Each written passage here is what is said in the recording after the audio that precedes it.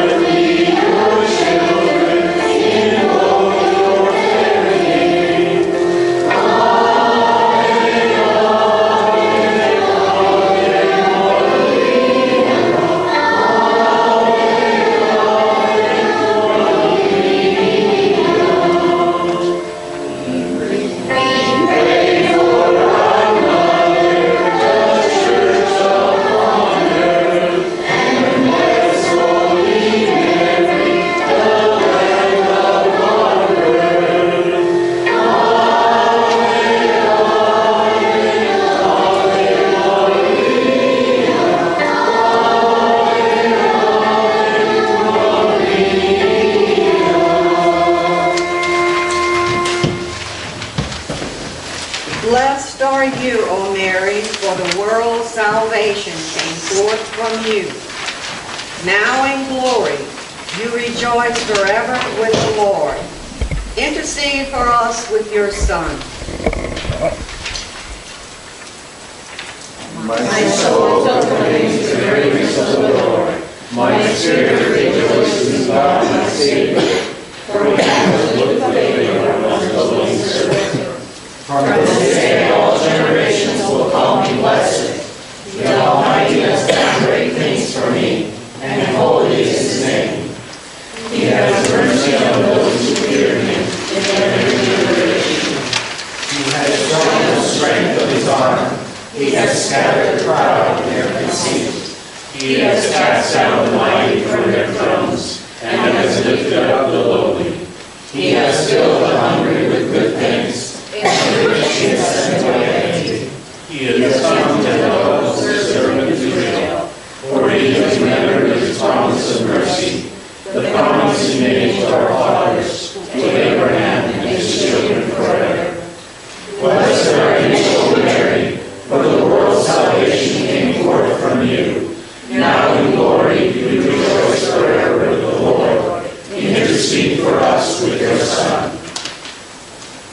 the designated time had come, God sent forth his Son, born of a woman, born under the law, to deliver from the law those who were subjected to it, so that we might receive our status as adopted sons. The Lord has chosen her, his loved one from the beginning. He shall sit on the throne of David and reign over his kingdom forever. He shall be called Wonderful, the Almighty God. It's the earth and its fullness, the world and all its peoples. It is he who sits on the seas, on the waters he made it firm. Who shall climb the mountain of the Lord? Who shall stand in his holy place? The man with clean hands and pure heart, who desires not worthless things, who has not sworn so as to deceive his neighbor. He shall receive blessings from the Lord, and reward from God, who saves him. Such are the men who seek him, seek the face of God of Jacob. From the gates of high your heads, grow higher ancient doors, let him enter the kingdom of glory. He shall sit on the throne of David and reign over his kingdom forever. He shall be called Wonderful, the Almighty God. Through you, the Father's gifts have been bestowed on us. O pure and holy Virgin, how can I find words to praise your beauty? O pure and holy Virgin, how can I find words to praise your beauty? Hail Mary, full of grace, the Lord is with thee. Blessed art thou among women, and blessed is the fruit of thy womb, Jesus. Holy Mary, Mother of God, pray for us sinners, now and at the hour of our death. Amen. In the name of the Father, and of the Son, and of the Holy Spirit.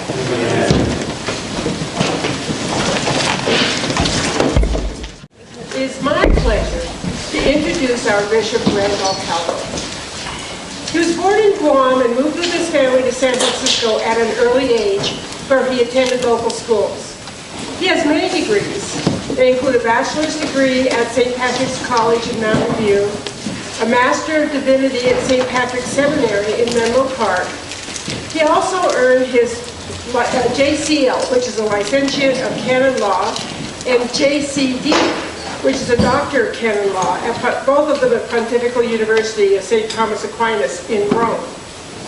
Bishop Calvo was ordained a priest on May 21st, 1977, for the Archbishop of San Francisco. He served as a parochial vicar in 2 parishes, and then as pastor of Redwood City, California parish for 8 years. While serving as pastor, Bishop headed the Canon Law Department as judicial vicar of the Archdiocese of San Francisco, and served as president of the Canon Law Society of America for 1 term. He held many, many other assignments in the Archdiocese of San Francisco. Bishop Calvo was appointed the 7th bishop of the Diocese of Reno on December 23rd, 2005, and was ordained and installed on February 17th, 2006.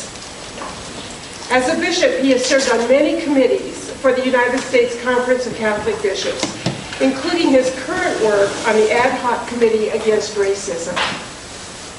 Bishop Calvo is invited by many other dioceses to lead retreats and to give seminars. We are really fortunate to have him with us this morning. Welcome, Bishop Calvo.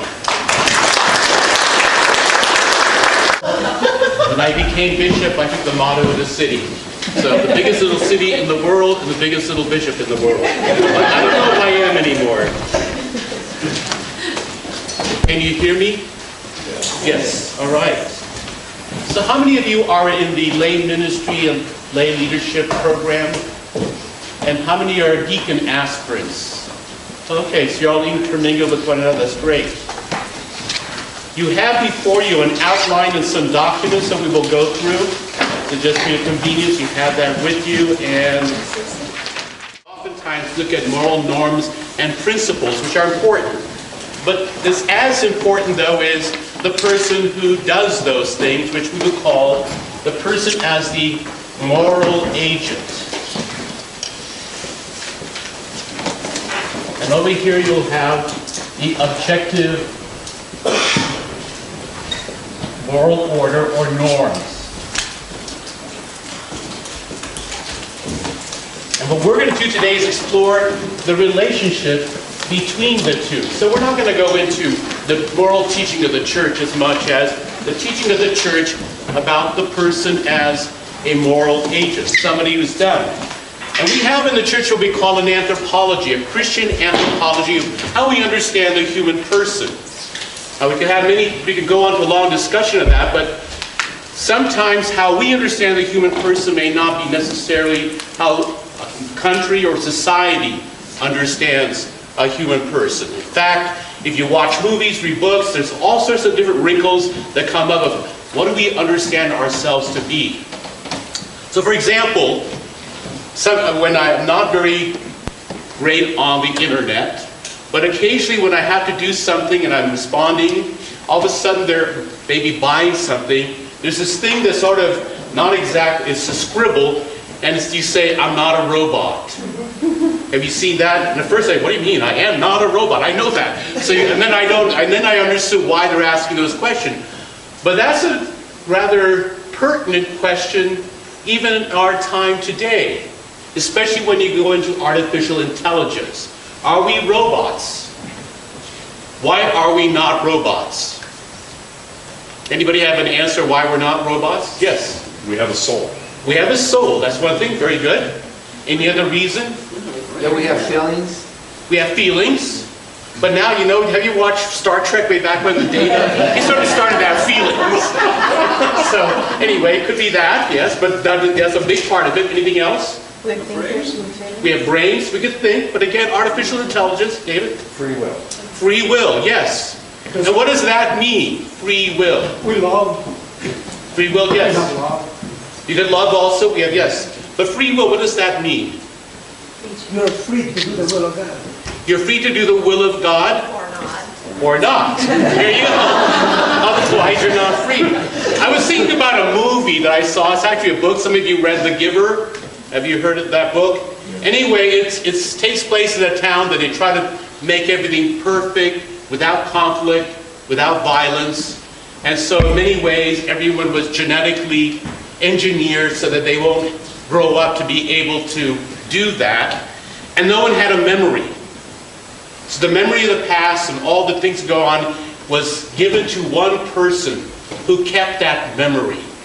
All that went on, the conflict, all of that, and even the world. So the world that they lived in the movie was black and white, and the world the memory keeper was color. All sorts of color. It's messy. And so every time the keeper of the memory is getting old, so they have to choose a young person out who will take over and be mentored by the memory keeper. And so there's one person, Jonas, gets chosen, and then he meets with the memory keeper.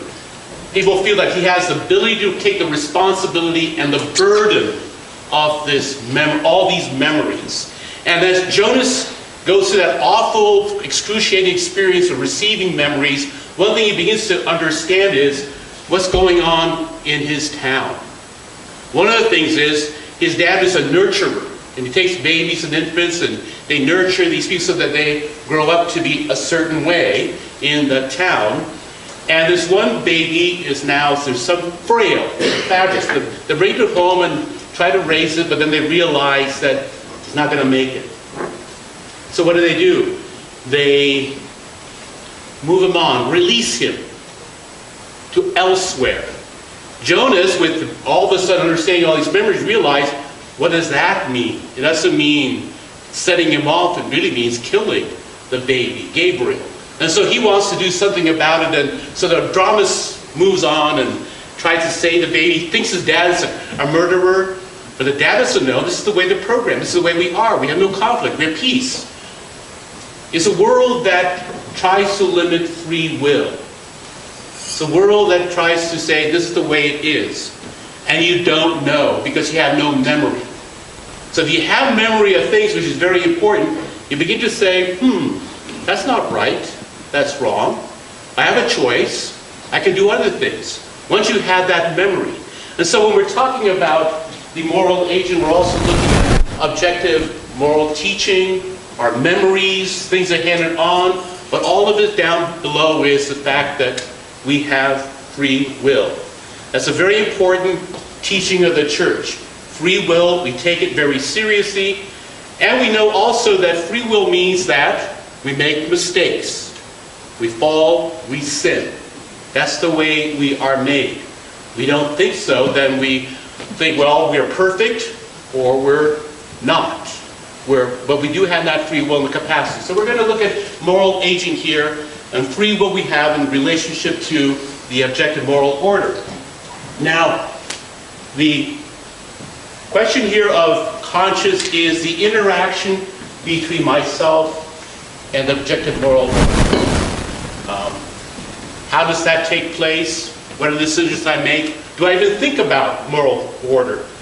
Do I live my life without, well, that's over there? Or is there something inside of me that knows right from wrong?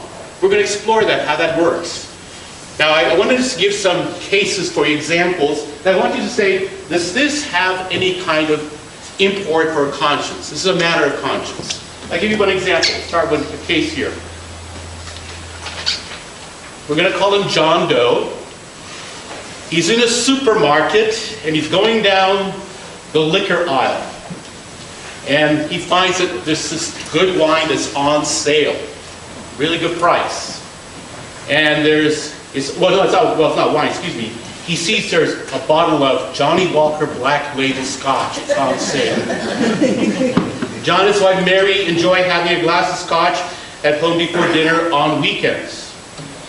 Is this a matter of conscience? Is there a moral principle that would be involved? Just in general, would there be a moral principle involved if I buy a bottle of scotch? What would it be? No? Not generally. Not Okay. unless you're an alcoholic. Well, that's okay. That's a good point here. So let's take another example. We're talking about Joe Smith. He's in the supermarket. He sees the sale for Johnny Walker Black. He's also married.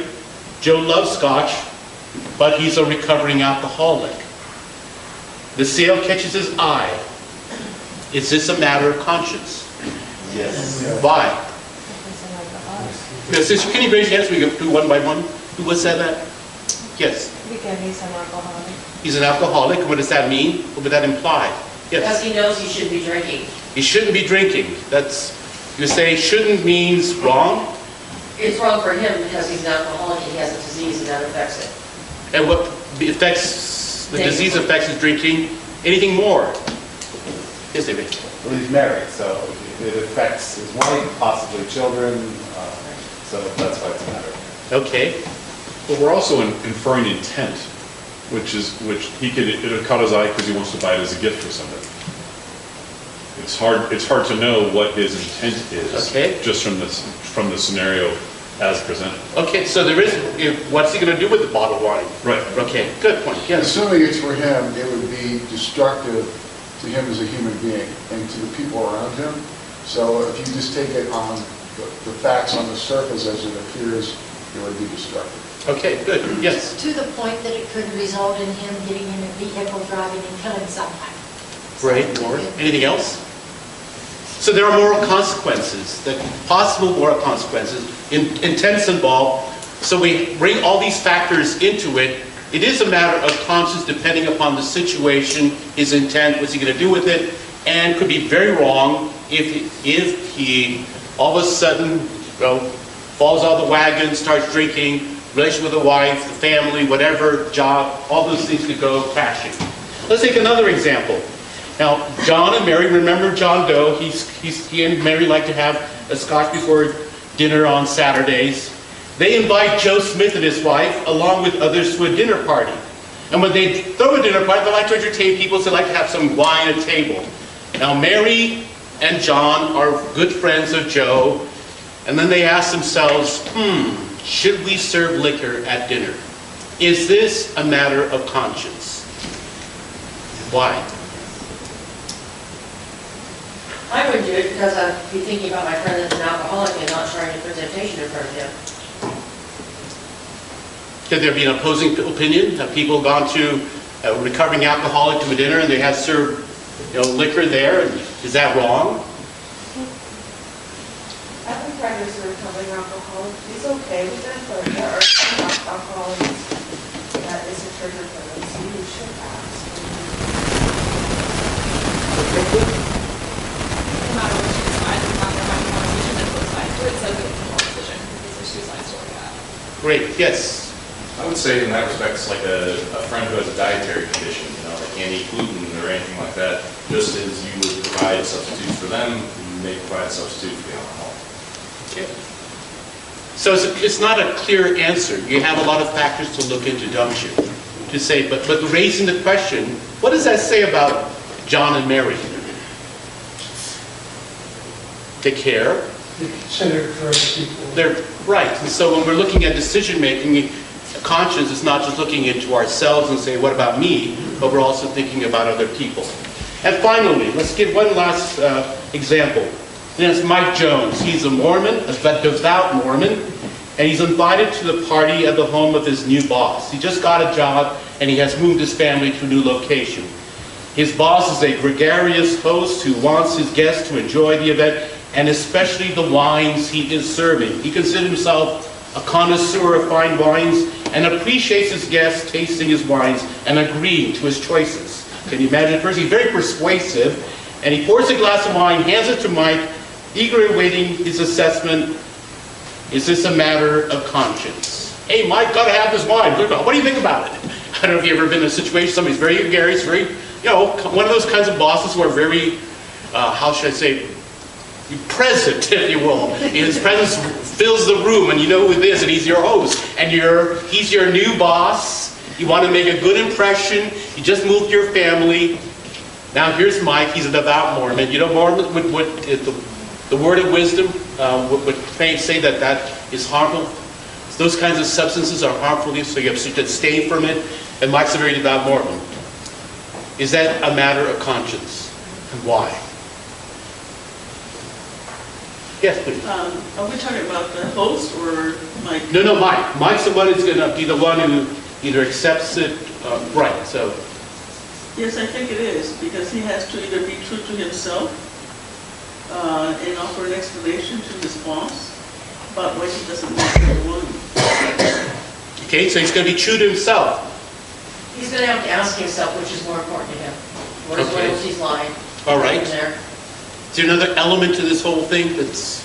He has a free will to choose if he was going to taste it or not. So. He has the free will to do that. Yes, he can. Oh yeah, he made the decision. Yeah. But he's going to be true to himself. And what else is there? What other piece in here that's involved? Yes? His faith is telling him not to do that. His faith, his church is bigger than he is himself. So it's also a matter of his religious faith as part of this as well. Well, also he's not by himself. You say he's with his wife?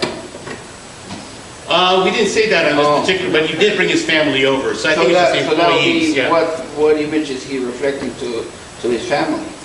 True, yes. Well, yeah, they go home and he's drunk, and he's a devout Mormon, his wife's saying, the kids are, well, what you do? What happened here? Yeah, that does come in implication there, example, yes. So if he did take a sip and he's never drank before, he could get pretty drunk and then drive home, and that would be a serious problem.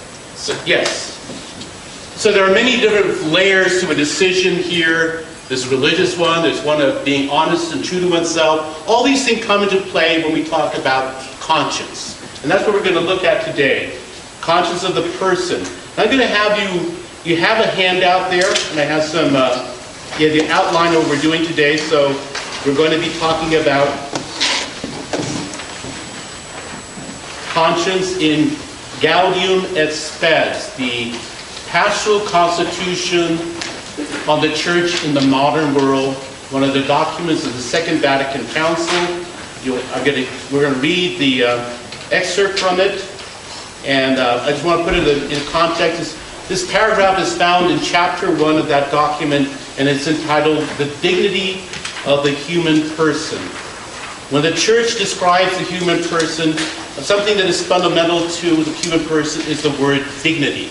You'll hear that. This is Every person, every human being has an innate dignity because a person is created in the image of God. The very fundamental teaching, if we don't grasp this point, most of our moral theology will not make sense.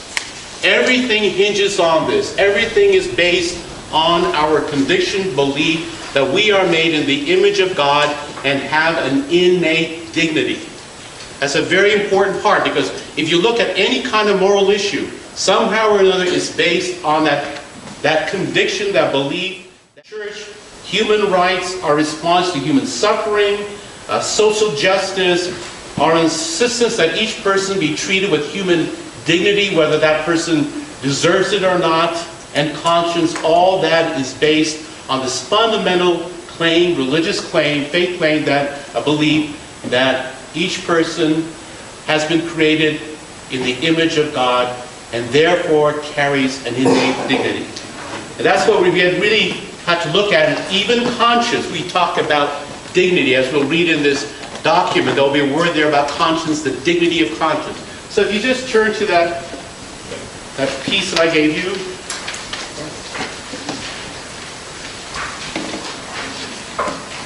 Anybody wants to read that for us? The volunteer, that paragraph, conscience. I'll read it. Who said that? Okay, please. In the depths of his conscience, man detects a law which he does not impose upon himself, but which holds him to obedience. Always summoning him to love good and avoid evil, the voice of conscience, when necessary, speaks to his heart. Do this, shun that. For man had in his heart a law written by God. To obey it is the very dignity of man. According to it, he will be judged. Conscience is the most secret core and sanctuary of a man. There he is alone with God, whose voice echoes in his depths. In a wonderful manner, conscience reveals that law is fulfilled by love of God and neighbor. In fidelity to conscience, Christians are joined with the rest of men in the search for truth and for the genuine solution to the numerous problems which arise in the life of individuals from social relationships. Hence, the more right conscience holds sway. The more right conscience holds sway, the more persons and groups turn aside from blind choice and strive to be guided by the objective norms of morality. Conscience frequently errs from invincible ignorance without losing its dignity. The same cannot be said for a man who cares but little for truth and goodness, or for a conscience which by degrees grows practically sightless as a result. So that's take a point from the church's document that we'll be exploring. There's a lot in that one paragraph, from the beginning to the end. We're going to explore that. That paragraph we'll see in the other handout that I give you, and that is from the Catechism of the Catholic Church. And there's a handout there. It's on Part 3, Life in Christ, Section 1, Chapter 1. It is based on that teaching of Gaudium et Spes, which is based on traditional moral teaching. And so when we talk about this, we'll explore what is traditional moral teaching that we would have found in what we call the moral manuals before Vatican II, but also expand on it and also understanding a fuller sense of a human person. We'll be looking at that throughout our discussion this morning. One of the things, when we look at this particular section there, how it describes conscience. Talks about it as sanctuary, secret core, a place which in each of us, which is when we're alone with God. And so when we're talking about conscience, we're not kind of talking about this voice that says yes or right or wrong, or an angel is on top of your, good angel or bad angel, those kinds of things. We're talking about something that we use metaphors to describe that is part of us. Within us, part of us. It's something that is interior, where we can discern God's will and call for us. We come to know God's love for us. We come to know God. It is sacred. I want to emphasize, conscience in Catholic teaching is sacred. Somebody might say, well, that conscience stuff. No, we take it very seriously. People have gone to their death because they say, my conscience says this and I can't do otherwise. I'm willing to die for it. People have shed their blood has been shed because of conscience. It is sacred. It's a place where we meet God and a place where no outside authority may enter without that person's consent. Be very clear with that. No is a place where no outside authority can enter without our consent. That's very much in the practice of the church. The church takes that very seriously. We cannot enter that unless a person voluntarily allows us to do it or voluntarily discloses what's within that deep part of them, that sanctuary called conscience. Now in the church's life and practice, where is one of those places where we allow others to enter in and where we manifest our conscience?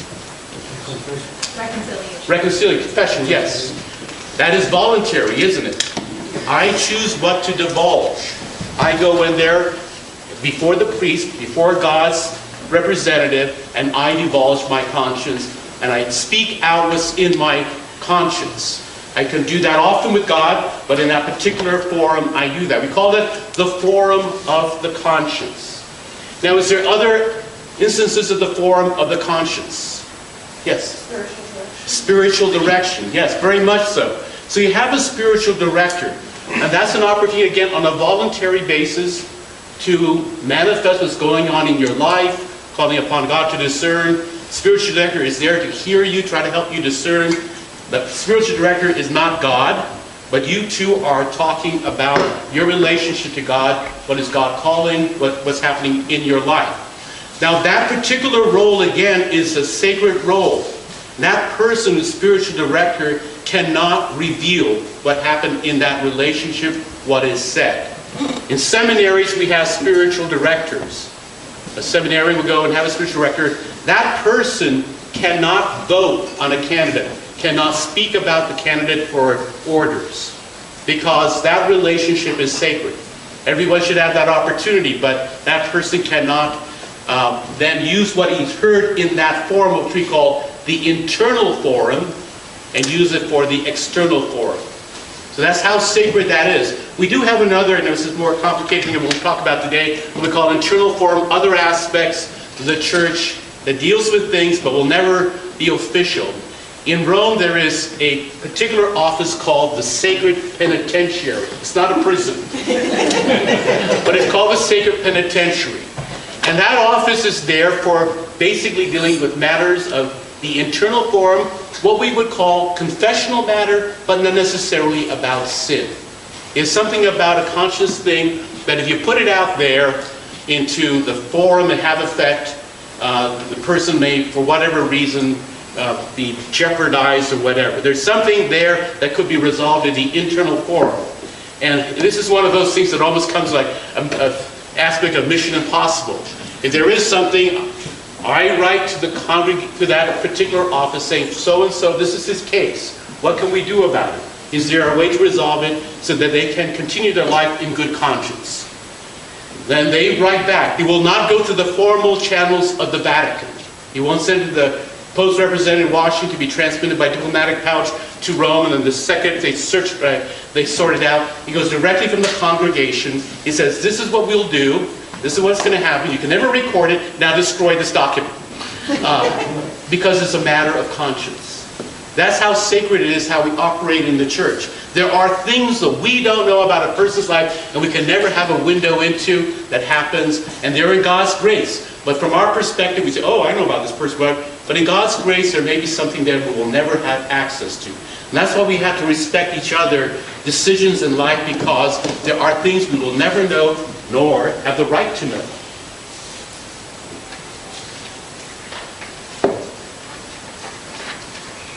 And the other part is, when I say that no one has a right to go into that space, is that we don't have a right to manifest, we don't have a right to force someone to manifest their conscience. That's a phrase that we don't use that much today. I remember watching a movie. I don't know, TCM had this movie, and it was a conversation with someone. It was one of you always have high society, and this person, Duke so-and-so was telling me all this, and the Lord of the man goes, oh, well, he cannot force you to manifest your conscience. That would be wrong. Well, we don't talk about it that way, but that is very much a part of our lives. Basically, there's a space where it's none of our business.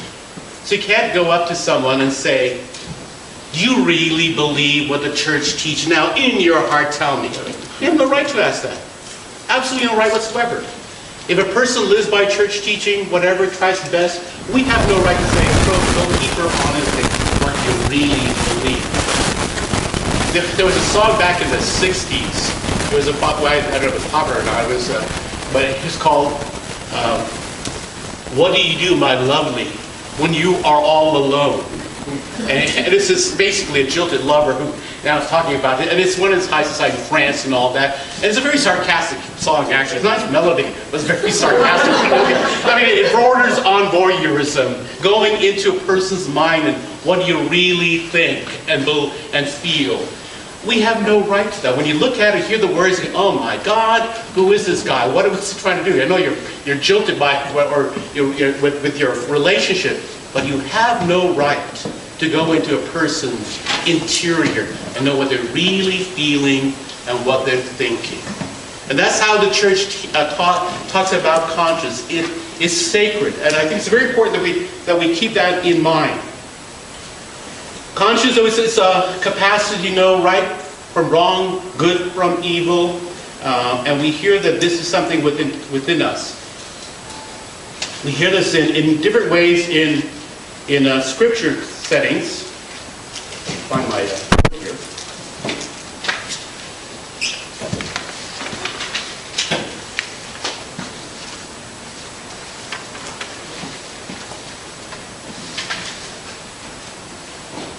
I need larger desks.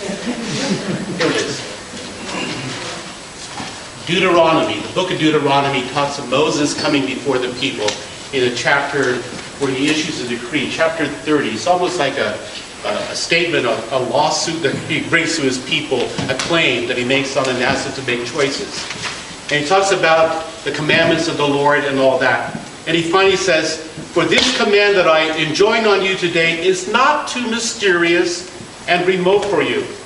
It is not up in the sky that you should say, who will go up in the sky to get it for us and tell us of it, that we may carry it out? Nor is it across the sea that you should say, who will cross the sea to get it for us and tell us that we may carry it out? No, it is something very near to you. Already in your mouths and in your hearts, you have only to carry it out. I've set before you life and death, the blessing and the curse. Choose life then, that you and your descendants may live. So we're talking about conscience. It's not something you have to go far out. It's right here in your heart. And one of the things we hear again in the scriptures, when we hear this word, we're really looking at conscience, and that is heart within you. In the book of the prophet Ezekiel, we get the sense also about God having a covenant with his people, and saying, I'm not going to give you a law out there, I'm going to write it in your hearts. The days are coming, says, in Jeremiah, the days are coming, says the Lord, when I will make a new covenant with the house of Israel and the house of Judah. It will not be like the covenant I made with their fathers the day I took them by the hand to lead them forth from the land of Egypt. For they broke my covenant, and I had to show myself their master, says the Lord. But this is a covenant which I will make with the house of Israel after those days, says the Lord. I will place my law within them and write it upon their hearts. I will be their God, and they shall be my people. No longer will they have need to teach their friends and kinsmen how to know the Lord. All from least to greatest shall know me, says the Lord, for I will forgive their evil doing and remember their sin no more. It's written in their hearts. We're talking about conscience. We're talking about something that we have the capacity to know within ourselves, within our hearts. And so when we're talking about conscience, we're going to go to, it's not just something that's automatically, it's there. We're going to talk about it as capacity. It's something that has to be developed, but it's there. We're able to do this. And it's something that binds us, as we heard there. It calls us to obey. So I'm just going to give you something here that how important that is. Always follow your conscience. The dictates of conscience are primary and cannot be violated. And we'll see this in the Catechism of the Church later on. A human being must always obey the certain judgment of his conscience. We'll look at that. What does that mean? How does that go? But so we have the capacity, know right from wrong, to make the right choices. And once we say this is what we must do, then we have to follow it. This is a very, very strong statement here. And we have to keep that in mind. So, let's talk about conscience as capacity. We're going to talk about conscience as capacity, as process, making decisions, and conscience as a judgment we make that comes to the point where this is what I have to do, I must do, or this I can't do that. So we're going to have those things. We're going to start with a capacity here. I'm going to give you another little example, a case here. Ann Doge, her husband had died many years before raising her kids. Recently found out that she has cancer and is terminal. Up to that point, she's been very healthy up to that point. And she had not considered writing out a medical advance direction document or designating a proxy for carrying out her end-of-life wishes. It's going to be a little bit, this is what a question I'm going to ask is what we call a reduction to absurdity. Okay, so I'm just going to ask, who should she consider? Her 8-year-old son? He may know right from wrong, but will not be able to understand the nature of the task or the decisions to be made. How about her 16-year-old daughter? She may know more and may have known someone who was terminally ill or had died, but the burden would be overwhelming. So these are certain examples to show you that when we talk about conscience as capacity, we're really going to talk about it in a developmental way. Okay, a 5-year-old would know right from wrong. As parents, we want to make them sure, but they're not necessarily going to always remember that. So, Johnny, do not do that. Don't hit your little sister. That's wrong. Okay, they hit it. No, we told you. And there is a process there. So we're going to take it. We have to take seriously moral development and human development when we talk about conscience. It's very important for this because it's just not this. We have the capacity within us, but still we have to learn. We have to know more. We have to grow up. We have to have experiences. All these things are very important when we talk about conscience. We have that capacity, but we still have to have a development within us. In the past, conscience was understood as an operation of the intellect, practical reason. Okay. Now we know it's not just a practical reason, but also the whole person. That's why I brought these examples out. That there is something here that we have moral development. And if we're going to talk about conscience formation, the development of that capacity, we take into account also the development we have as human beings. Our human development and the capacity we have to be in our moral development. So, for example, I'll show you again when we read to it, in the Catechism of the Catholic Church, number 1778, defines conscience as a judgment of reason whereby the human person recognizes the moral quality of a concrete act that is going to be performed in the process of performing or has already completed. So, yes, it is a judgment, and you're going to use your reasoning for it, but it involves the whole person. Can you give me an example where that would be an important consideration, with not just what you know? How about a sociopath? A person's brilliant, wonderful, can give you a whole line.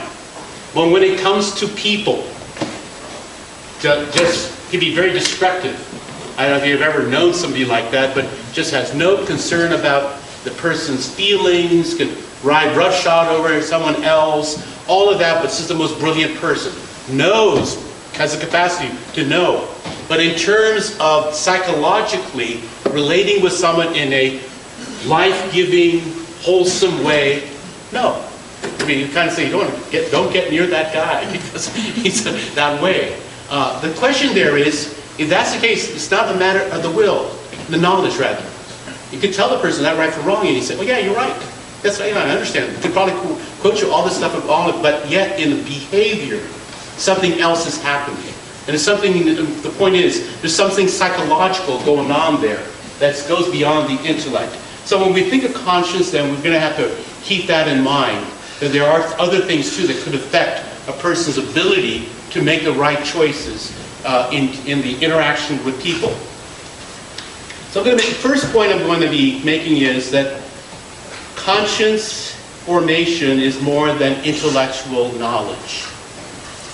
It's more than intellectual knowledge. So I learn about the commandments, that's very important. I learn about what the church teaches, that's very important. I read scripture, that's very important. All that is a key for part of us in order for us to make choices as we go along. But it also involves living, experiences, our human and spiritual development. When we send someone to the seminary, going for studying for priesthood, the program for that calls on the development of that individual, or focus on the development of that individual on what they call 4 pillars of development: intellectual, human, spiritual, and pastoral. So you would think that if you go to seminaries, learning institutions, academic, and you just go and you have lectures and all that, but there's also another key importance for that is spiritual. So when someone go out, they have a relation with God, they have a spirituality, they know how to pray, not just pray, but there's something there in their faith life. Pastoral, they know how to deal with people, be pastoral in their ministry, but also human development. Where are they in their life? All that is just as important when we're talking about development. And I bring this out because that's just as important when we're talking about conscience formation. So one of the things that in a conscience formation that you need to have, is besides this knowledge, is your life. How do you live your life? Is your life one of virtue, or one in which you don't care about virtue? Is it an effort to try to live out honesty, those virtues? Kindness, patience, gentleness? Are you trying to be forgiving in your life? Those are key elements about conscience. What happens when we do virtue, which is understood as a good thing, but virtue isn't something that you just do. I'm going to be an honest person today. Is that possible? Yeah. But you got to do it tomorrow also, and the next day, and the following day. And you only know you're an honest person is when you're tempted to lie. And if you lie, then you say, But if you don't remember you lied, then you lie again, and you lie again, and you lie again. Or you said, that's not good. I pull a fib. Or, that lie was really bad. And then you say, I'm not going to do that again. So you do that by habit. That's what we learn virtue. It's a very simple thing. And as we taught kids, say the truth. Then you say, okay, you're not telling the truth. You're not telling the truth, and then you begin to say, well, what is the truth? And you begin to build that virtue. And we say when you build virtue, what happens to you? You're building your character. Character building is very important. When we're talking about conscience, it's very relevant when we're doing this. Character building, the virtues that we have. The more virtue we have, the more we come to a point where, in our character, we come to certain convictions. We know our values.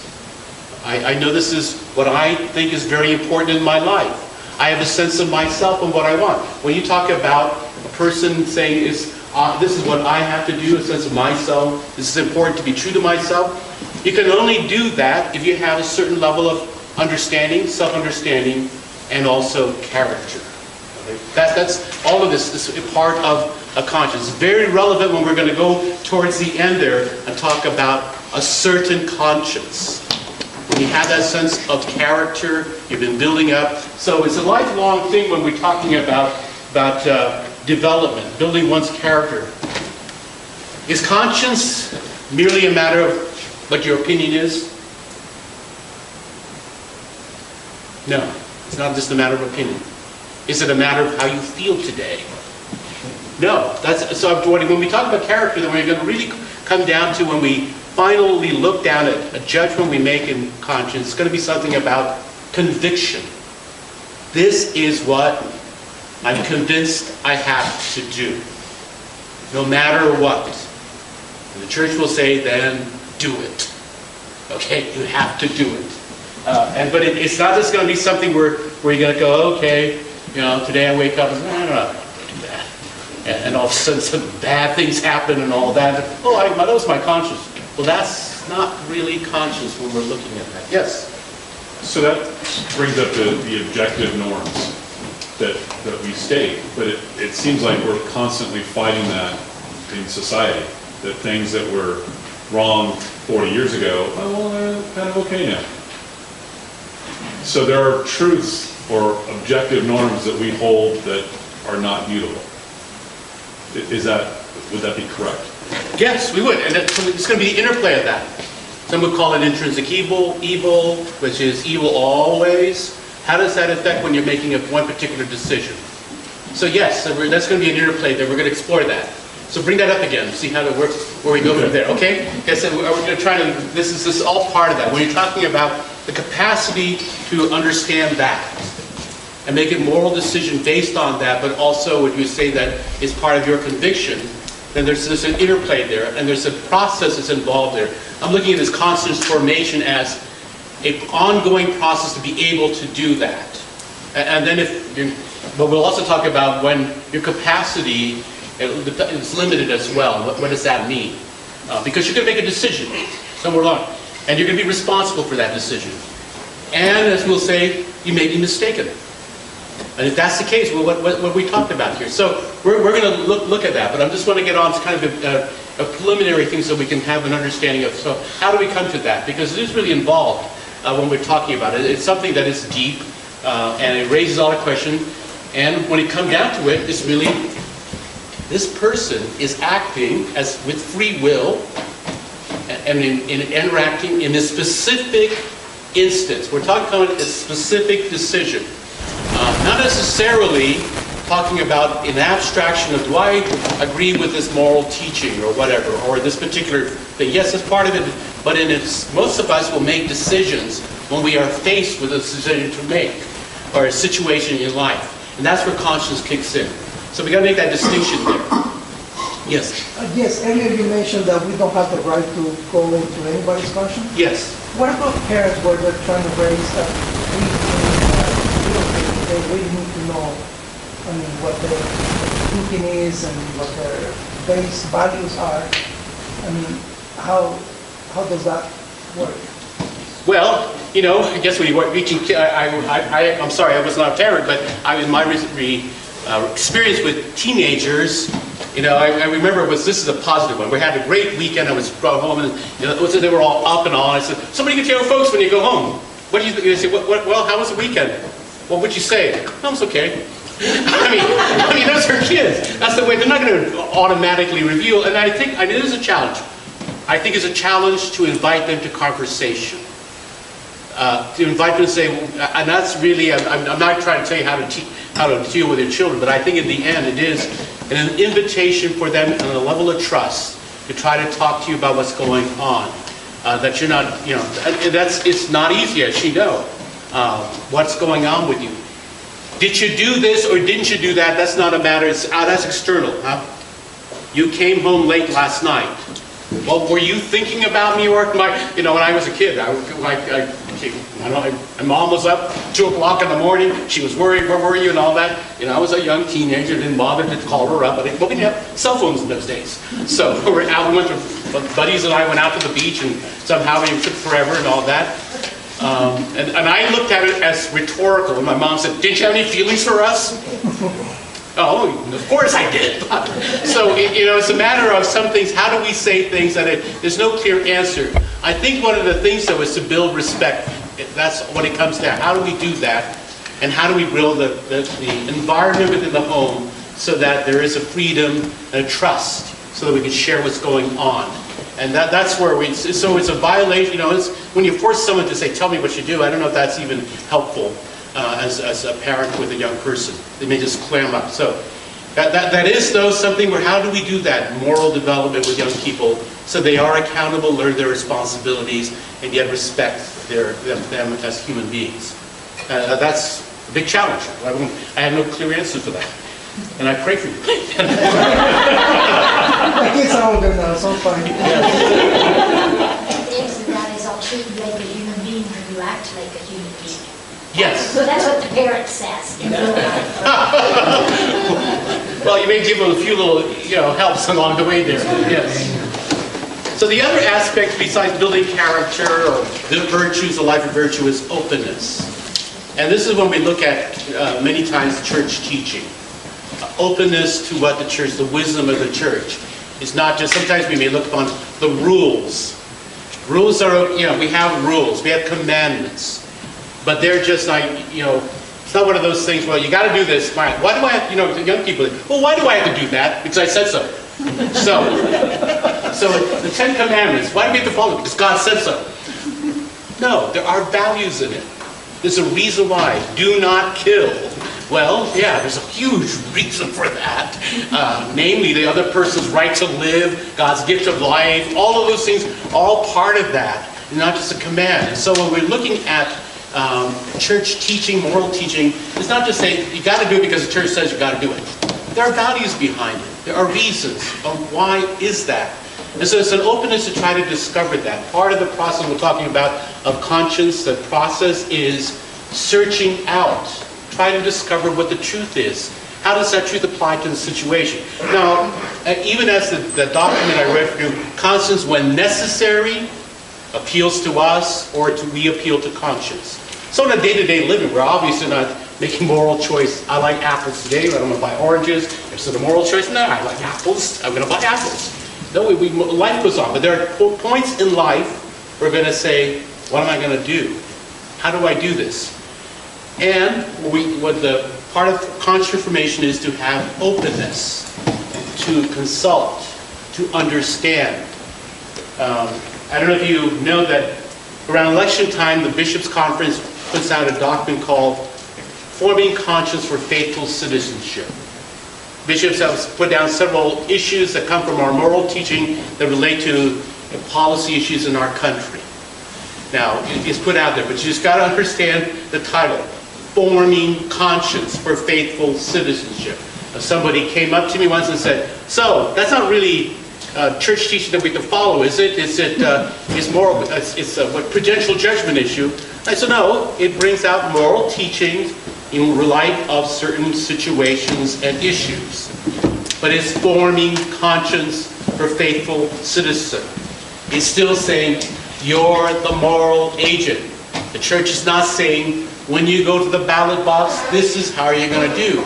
These are issues you look at. And we're asking you, you want to form your conscience and you want to listen to the church's teaching, then let's look at these issues. And in the end, is your conscience to make the right decision. That's how it goes. So some things are out there, all of the church teachings, in the end, well, we know, don't kill. Hopefully we won't do that. But there are instances where that area becomes not as clear. I mean, some people face that. End-of-life decisions. If I take away my support system, am I killing my father? Now, we may come and say, oh, no, that's it's an easy decision, yeah. All the doctors say, blah, blah, blah, blah. But I've had to sit down with people and say, they're saying, well, that's what the doctors say, but what about how I relate to my parent? And could be a very excruciating kind of decision to make because a person is loving to the parent, doesn't want to see the parent suffer any longer. By the same token, the question is this killing? Okay, so it happens in different situations in our life. What does the church teach? How do we understand the situation? What more information have? If it's something where, yeah, doctor says so, pull the plug. That's fine, no problem there. Could be a conscious thing on your part. Or because something what still troubles you that you had to talk it out. It's not that easy. You have to do it, and then what are the issues involved? What are the moral questions that we have to look at for that kind of decision? When we say what are the moral things, it really does touch, if you ever been in that kind of situation, or in a family we had to make that decision, we have differences of opinion, you're going to have to look at what are there, and then what can I live with? It comes down to oftentimes. We're going to make this decision, what can I live with? It's not something that even if I say to someone, yes, it is permissible to do this, and I've sat down with people, they're going to say, I still can't do that, okay, for whatever reason. But there are all different kinds of things that are in play here that we take seriously, because in the end, it's going to be something that a person says, I can live with that, I can do that, or I must do that for whatever reason in play. So openness is a very important thing. This is kind of a caricature, but when I first came to the diocese, we were talking about the social justice teachings of the church, and someone said, well, that's just a church of socialism. No. Part of openness to the church's teaching is to say, okay, if we are really open to be just persons, what are those implications? Not only in terms of my decision making, but in terms of society in general, that in some of the decisions I make would be have consequences, maybe minor, but yet it does have some consequences. The church talks about socially responsible investing, which we're bound to. If you have most of your investments in tobacco companies, that does raise a question. Is that a good thing to do? Are you bringing life or are you bringing death? Ultimately, it's a person's decision, and they're going to price well.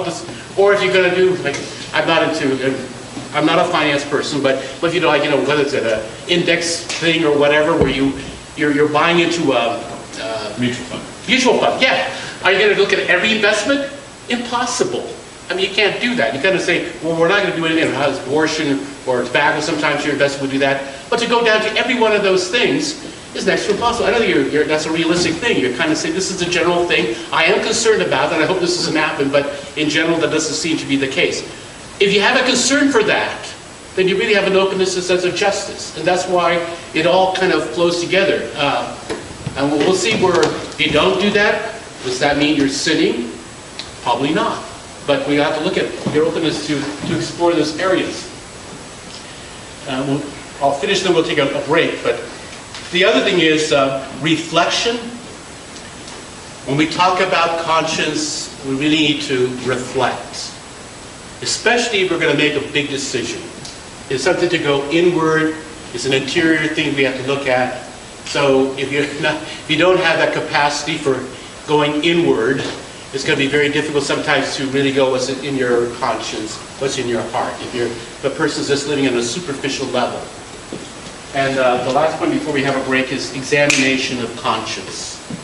We have this practice in our church of examination of conscience. Before we go to celebrate sacrament of reconciliation, we examine our conscience. Church invites us to do this every day, at the end of the day. It builds up our sense of virtue. What have I done today? What is Christ calling me to do? How have I treated people today? When you start looking at things and you say, oh, that was right or wrong. And so it's just what we call in conscience this words, or when we talk about conscience, there's the antecedent conscience. That's it, I'm going to make a decision. So what does it take? It's going to be the right decision. And there's one that was kind of post factum. The thing's already made. You're looking back now at it and saying, how did that go? What did I do right? Could I have done a better decision on this? You're going to say, you learned something from it. We're not looking here necessarily at the area of culpability. Was this a sin or not? Sometimes it could be. But it does help us when we go back into our life on a daily basis or periodic basis and examine what has happened, what's really conscious. Then we learn from that. One of my favorite poets is an Irish poet by the name of William Butler Yeats. And he has this poem called Vacillation. I was going to read a section from it because it does bring this whole point of post factum, looking back at the past. He writes, responsibility so weighs me down. Things said or done long years ago, or things I did not do or say, but thought I would say or do, weigh me down. And not a day, but something is recalled, my conscience or my vanity appalled. I don't know if you ever had that situation where you're sitting down and all of a sudden something came for whatever reason that you wish it didn't come up, and you said, oh my God, did I do that? I wonder how that affected that person. I must have hurt that person by that stupid comment I made. That's looking back and you say, that was wrong. Maybe it came a few months later, and sometimes, I don't know if you ever had somebody come up to you and say, apologize for what they did 2 years ago, and you have no memory of it all. Well, it's still bothering that person. Some things came up and said, I got to do something. I can't live with this. I got to tell so-and-so. He's my friend, or she's my friend, or whatever.